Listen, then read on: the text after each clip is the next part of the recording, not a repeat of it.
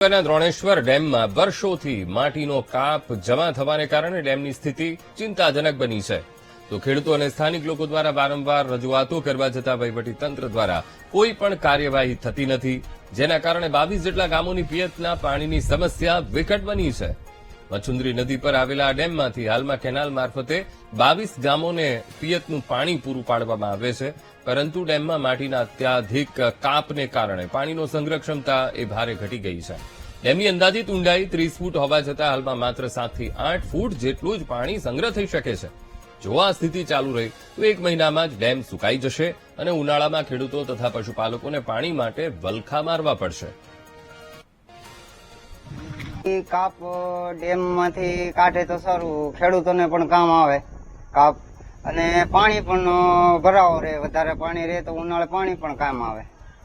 આ પાણી આમાં સંગ્રહ થાય તો કેટલા ઉના તથા ગીરગઢડાના કેટલા ગામોને કામ લાગે? ઝાઝા ગામોને કામ લાગે. ઠેઠ ઉના વિસ્તાર આખો આવી જાય. આ ફાટસર, ડોણ, ઝુરવડલી, ઇટવાયા, કોજિયા, ઝાઝુ ગામ. તમારી માંગ શું છે?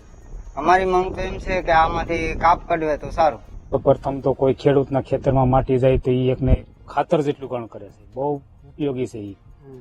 પછી કોઈને ખાડા હોય તો બુરાય, પછી એમાં પાણીનો સંગ્રહ થાય તો કેટલા ગામડા એની માથે અમારું ગામ ફાટસર, પછી નીચે ખીલાવડ, ઉગલા, ઠેઠ કહારી લગી જાય, પછી આમ સામે કાંઠે પાણી જાય છે. પાણીનો જથ્થો થાય, બહુ સારું કહેવાય એમ. દ્રોણેશ્વર પિકઅપ વિયરની વાત કરું તો એ આપણો જે મૂળ મચ્છુન્દ્રી ડેમ છે ને એનો પિકઅપ વિયર છે. ત્યાંથી છે ને મૂળ એનું હેતુ તો એવું છે કે ત્યાંથી છે ને આપણે ઉના અને ગીરગઢડા તાલુકાના 10 જેવા ગામો છે ને સિંચાઈનું પાણી મળે, ત્યાંથી આપણે કેનાલ નીકળે છે. એટલે મૂળ હેતુ એ પિકઅપ વિયર છે, એટલે સિંચાઈનું પાણી આપવાનો હેતુ છે. અને આપણે વાત કરીએ તો ત્યારથી બન્યો ને ત્યારથી કાપ એમાં નથી નીકળ્યો. એ માટે જે સિંચાઈ વિભાગ છે એ પ્રકારના આયોજનમાં છે કે અમે એનો એક બેથીમેટ્રિક સર્વે કરવાના છીએ.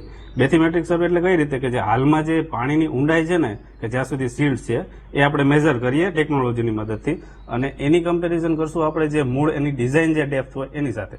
એના ઉપરથી આપણને ખ્યાલ આવશે કે કેટલું પાણી એમાં ઓછું થયું અને કેટલો કાપ ભરાયેલો છે, અને એના ઉપરથી આપણે આખું છે જે ડીસિલ્ટિંગનું છે એ કામગીરી કરી શકશું.